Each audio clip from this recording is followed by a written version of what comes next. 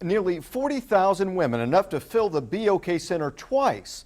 That's how many women doctors say will die this year from breast cancer. 1 in 8 women born today will develop breast cancer in her lifetime.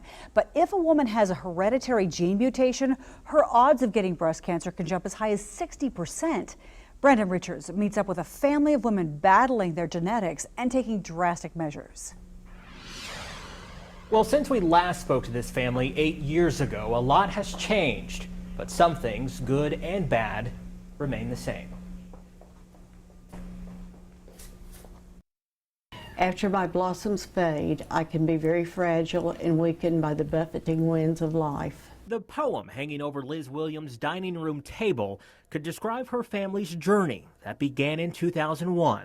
A few months after retirement, I was diagnosed with breast cancer, and it was very, very hard to live with. After 6 months of treatment, doctors declared Liz cancer-free, but the pain was just beginning.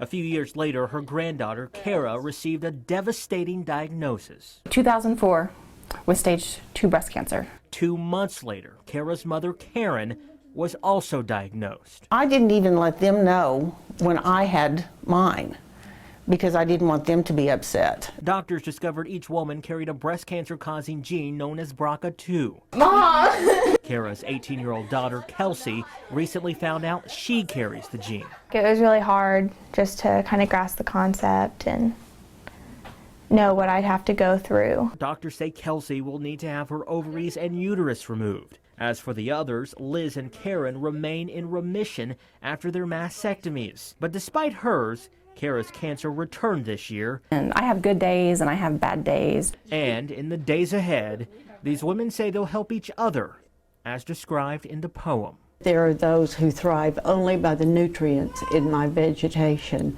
so my life is not without a purpose. And family and friends will hold a benefit this Sunday to help Kara with her financial expenses. Brandon Richard, 2 News works for you. Thank you, Brandon. Oklahoma has the highest rate of breast cancer in the region, but there is good news. According to the Centers for Disease Control and Prevention, the breast cancer rate dropped from 1999 to 2009. Oklahoma's rate in 2009 was 120.6 cases per 100,000 women, and the national rate was 123.1.